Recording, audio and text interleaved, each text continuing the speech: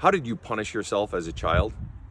I know that's a fucked up question, but the bottom line is, if a child has been conditioned to believe that they're a fuck up or they're criticized or that their feelings don't matter, hence they don't matter, or that they're not wanted, what the child will convert that into, and almost quite logically, is there's something wrong with me. I suck. See, I suck. See, I'm no good. That's why I don't matter. That's why I'm not getting the attention I want. That's why mom's always fucking criticizing and my performance is never fucking good enough. So the child eventually takes on that parental voice, that external voice, as their internal voice, and they begin to punish themselves either before the parent ever even punishes them, or worse than the parents punish them. I've had clients say, I stopped playing video games. Sven, I used to love playing video games when I was 11. And then I had this, all this sort of self-loathing built up. And I stopped playing it because it's not because of something I did in the moment that I was punishing myself for. It's just this overall cumulative self-loathing that had built up. So I stopped playing video games.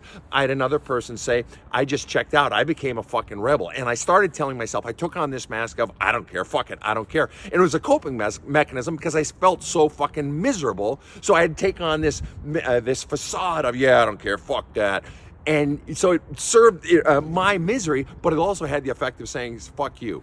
Fuck you, I'm gonna hurt you back. You've hurt me for all this shit. And whether the kid is conscious of it or not, that's what's really going on inside of them. And so the real question becomes, how are you still hurting yourself today? And is it possible that this mask that you put on as a fuck you to them is actually veiling the fact that in some ways you're actually like them, and that you're actually continuing in your life to take on this mask of, I don't care, or I'm not gonna do this or that, as a way to say fuck you, but you're doing it at the expense of your own happiness.